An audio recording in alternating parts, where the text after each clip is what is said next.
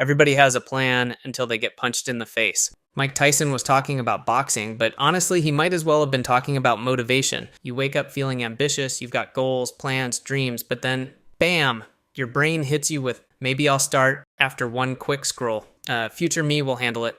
I need a better plan, let's plan the plan. Before you know it, the day's over, you've done nothing, and you're left wondering, why am I like this? Well, it's not laziness, it's a psychological trap. Your brain is running on an outdated system built for survival, not success.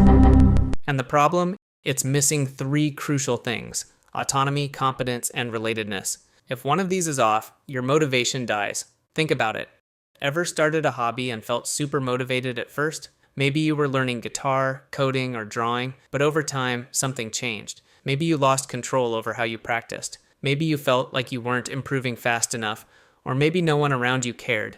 That's when the motivation disappeared. This isn't random. It's backed by self-determination theory, discovered by psychologists Edward Deci and Richard Ryan. They found that motivation isn't some magic trait you either have or don't have. It's a system that needs those three pillars. If even one is missing, your motivation can crash faster than my attempt at learning guitar.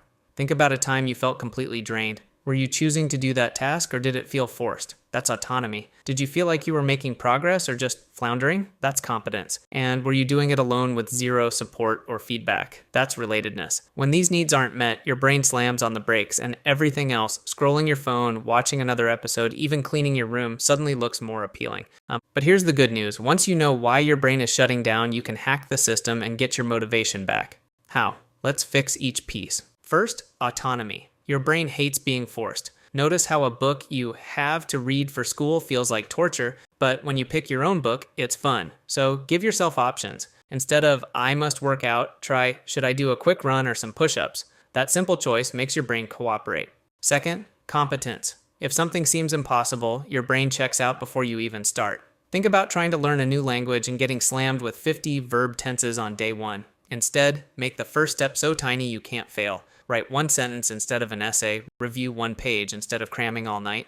Those tiny wins build momentum. Finally, relatedness.